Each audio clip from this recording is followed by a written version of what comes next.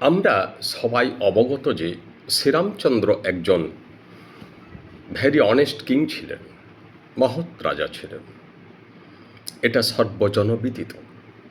কিন্তু বন্ধু, মনে রাখতে হবে যে শুধু শ্রীরামচন্দ্রই নয়, শ্রীরামচন্দ্রের যে অসংখ্য প্রজা ছিলেন তারাও কিন্তু মহৎ ছিলেন, তারাও কিন্তু অনেস্ট ছিলেন। এখন প্রজারা যদি বেশিরভাগই মনে করুন অসৎ হতো, তাহলে রামচন্দ্রের পক্ষে সৎ থাকা বেশি দিন সম্ভব ছিল না।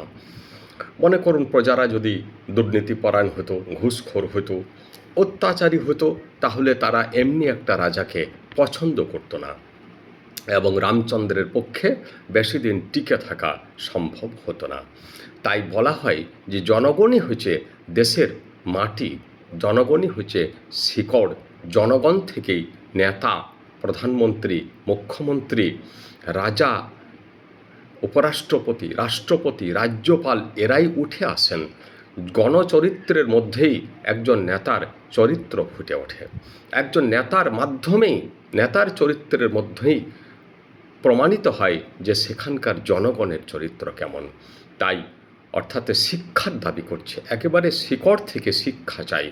জনগণ ভালো না হলে নেতা ভালো হতে পারে না। জনগণ এবং নেতা পরস্পরের পরিপূরক। নমস্কার।